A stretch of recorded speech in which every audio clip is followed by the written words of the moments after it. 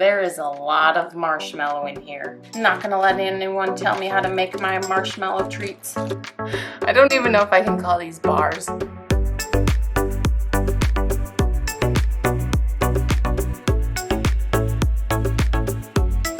Hey guys! We've made them before, we're going to make them again. We're making Rice Krispie treats, but fruity twist this time. So the recipe that I'm modifying is from the Brown Eyed Baker, and so what we're going to need is marshmallows, Fruity Pebbles, or I have off-brand Fruity Pebbles, vanilla, salt, butter. So I'm using plant butter today, regular butter is fine. These are just going to be dairy-free and gluten-free. So that should appeal to a couple people, but also these are no-bake treats, so perfect for summertime. You don't have to turn your stove on, and you can still make a homemade delicious treat. So, first things first. I'm cutting the original recipe in 4 because the original recipe is for bakery-style Rice Krispie treats, and so it's a big 9x13 pan of really thick Rice Krispie treats, which are the dream. But today I'm just making a quarter of that recipe, so I have an 8x8 baking dish here. I would suggest using parchment paper. I have waxed paper because I accidentally picked up waxed paper instead of parchment paper, and I really don't want the Rice Krispie treats to stick to the paper, so I've lightly oiled my wax paper. So prep your pan. You can just grease it if you want and set that aside. So you can do this next part on the stove. I am not, I'm just doing it in the microwave, and that is melting our butter and our marshmallows together. So we need 2.5 tablespoons of butter.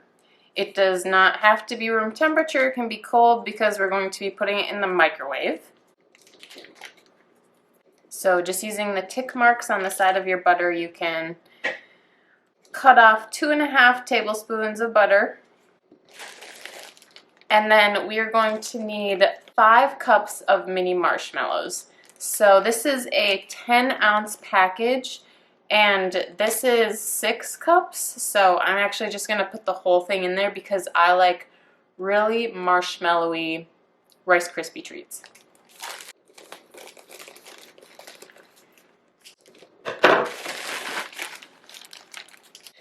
I'm going to go ahead and pop this in my microwave for 30 seconds. 30 seconds, give them a stir. It won't be super melted. It'll be a little bit, you'll get a little bit of spider webbing of your marshmallows, but just give it a little stir to help evenly distribute the heat, and then pop it back in the microwave for another 30 seconds. Give them another stir. Now, depending on your microwave, how powerful it is will depend on how many 30-second increments you're going to need to do until you get a nice smooth marshmallow fluff. Now, I am nearly there, but I'm going to do another 30 seconds.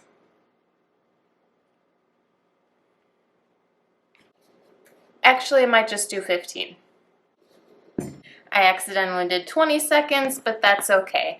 I was prepping my next 2 ingredients because we want to move relatively quickly so that our marshmallow fluff doesn't cool off too much. So as soon as your marshmallow fluff and butter have melted together and they're a nice smooth marshmallow fluff, we're going to put in our vanilla and our salt. So we just need an 1/8 teaspoon of vanilla, which is really just a splash, and then an 1/8 to 1/4 teaspoon of salt. I'm just going to do an 1/8 teaspoon. This just helps the flavors all pop, and it might even give you a little bit of that sweet and salty flavor that we like sometimes, just like chocolate covered pretzels or something. And so give that a quick stir in, and then we're going to jump right to adding our cereal. So we need 3 cups of cereal.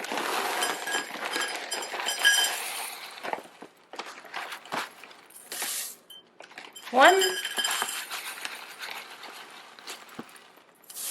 2.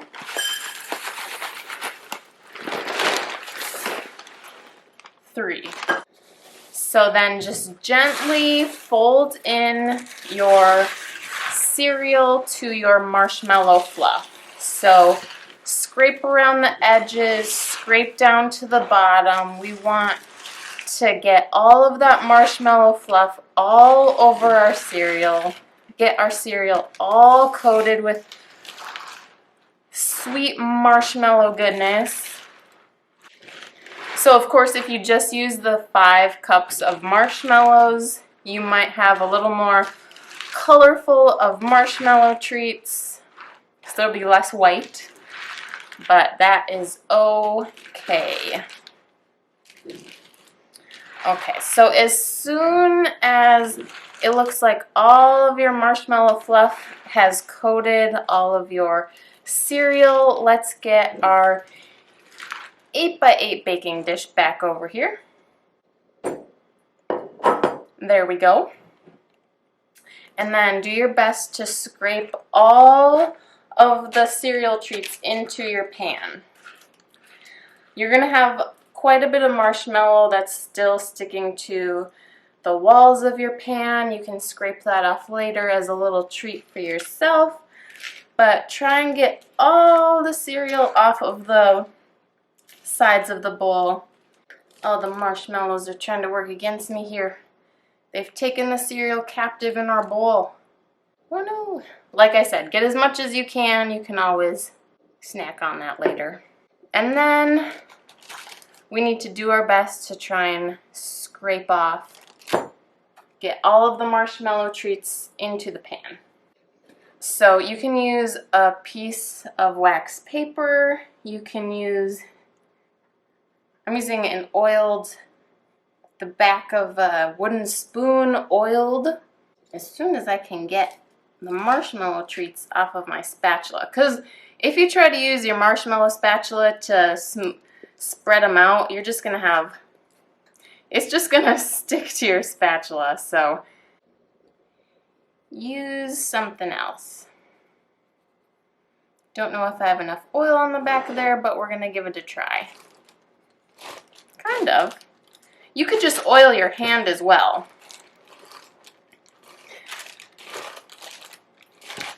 But try to work as quickly as you can, trying to spread them out. Because as they cool, it's going to be harder to spread the treats out into the corners of your pan. And it doesn't have to be perfect. Rice Krispie treats, I wouldn't say, are the most elegant of desserts, but they are tasty.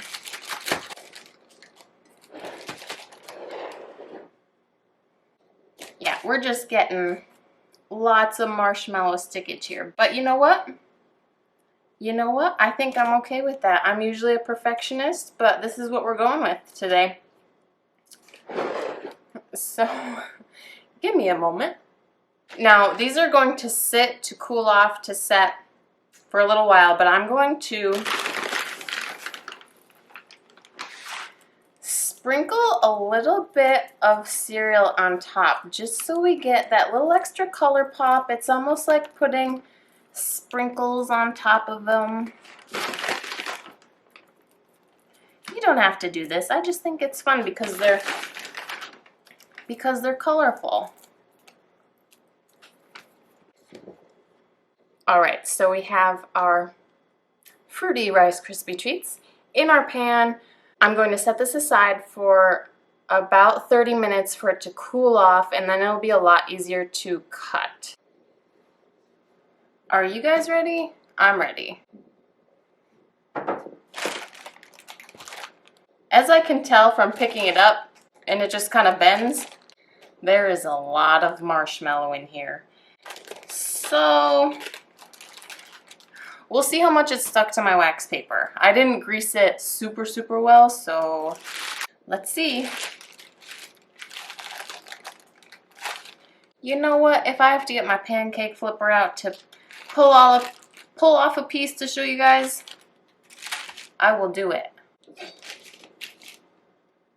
It's very rustic in shape. I think that's the reason why they might limit you to how much marshmallow you should use, because look at that. There's so much marshmallow in here. Because if you use too much marshmallow, you're basically just going to have marshmallow fluff with cereal in it instead of cereal with marshmallow in it. And it's just going to be a blob instead of bars, but I'm not going to let anyone tell me how to make my marshmallow treats.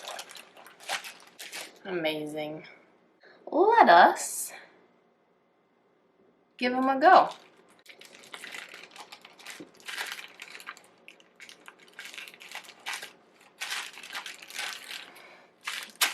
Oh no.